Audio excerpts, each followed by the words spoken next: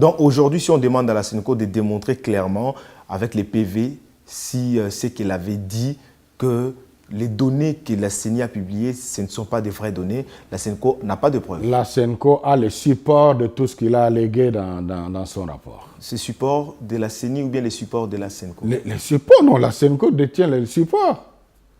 De la CENI ou bien de la Senco?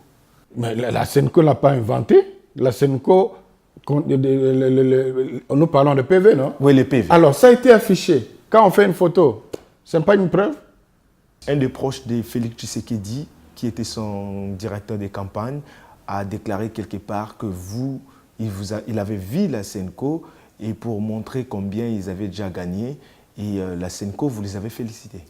Écoutez, clarifions un peu cette histoire. Nous avons effectivement reçu les gens de cash, envoyés par M. Kamere, avec des données pour 3 millions et quelques de votants, pendant que nous, on avait plus de 13 millions de votants. Alors, dans la compilation qu'ils ont faite de ces 3 millions-là, c'était le président Félix qui était donné vainqueur. Alors, on a accepté la confrontation. Et je vous dis, c'était devant témoins.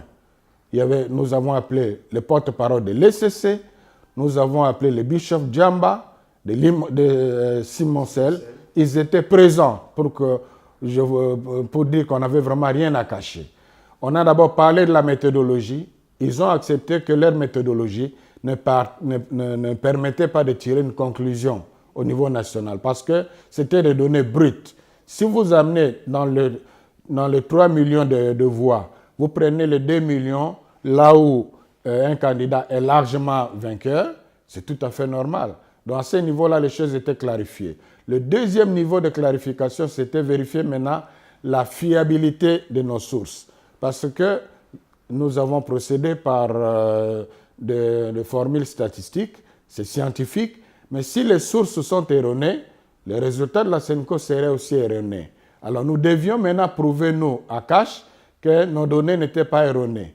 Comme eux avaient 3 millions et que la mission de l'observation de la Senco avait 13 millions, ça signifie que la Senco était censée avoir aussi les données de cash dans ces données. Vous comprenez? Bon, c'est à cette vérification-là on est passé. On leur a dit, bon voilà, choisissez n'importe quel bureau de vos données.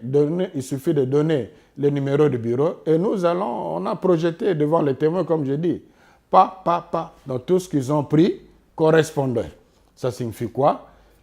Toutes leurs données étaient dans nos données. Ça signifie que nos données sont fiables. N'empêche, je les ai félicités. Je les ai félicités parce que ça a prouvé aussi que les données qu'ils ont amenées, ce n'étaient pas des données erronées. Mais c'est nous qui avons 70% et pas eux. Est-ce que c'est votre rôle d'avoir ces données? Mais pourquoi pas? On les a comme observateurs.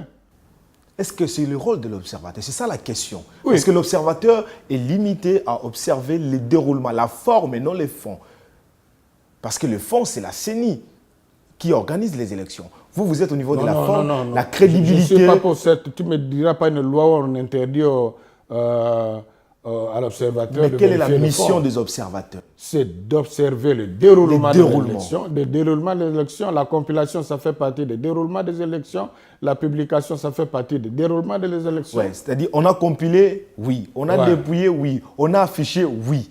Mais ce qu'on a affiché, c'est conforme au vote. Là, ce n'est pas votre rôle, monsieur. Si, pourquoi pas? Nous sommes quand même des citoyens. Ce que la CENI elle-même a publié et affiché devant les bureaux de vote. Si nous nous rendons compte qu'à la fin, quand on fait la comptabilité par rapport à nos données, ça ne correspond pas, quelle loi avons-nous violée? Voilà, nous sommes déjà à la fin, monsieur l'abbé. Quel est votre dernier message par rapport à aujourd'hui l'opposition? On doit dire l'opposition a gagné aujourd'hui. Quel est votre message? Écoutez, nous appelons à la vérité. Nous recommandons que la Cour constitutionnelle fasse les choses correctement.